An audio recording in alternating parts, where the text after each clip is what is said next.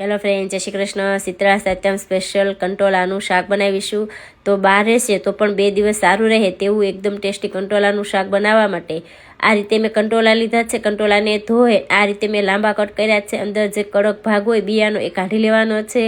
તો એક પેનની અંદર તેલ ગરમ કરવા મૂકશું. તેલ ગરમ થાય એટલે રાઈ, જીરું, મરચાના ટુકડા, આ રીતે ડુંગળી લાંબી કટ કરીને એડ કરી છે. કંટોલા એડ કરશું, હિંગ, હળદર એડ કરી બધી વસ્તુ એકદમ સરસ રીતે મિક્સ કરી લઈશું. સ્વાદ અનુસાર મીઠું એડ કરીએ.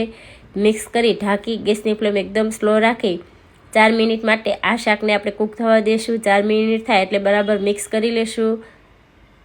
કંટોલા આપણા 80 થી 90% જેવા કૂક થઈ ગયા છે. તો હવે ધાણા જીરું, લાલ મરચું, થોડો ગરમ મસાલો, 2 ચમચી ગોળ, બધી વસ્તુ બરાબર મિક્સ કરી ઢાંકી અને 2 મિનિટ માટે કૂક થવા દઈશું.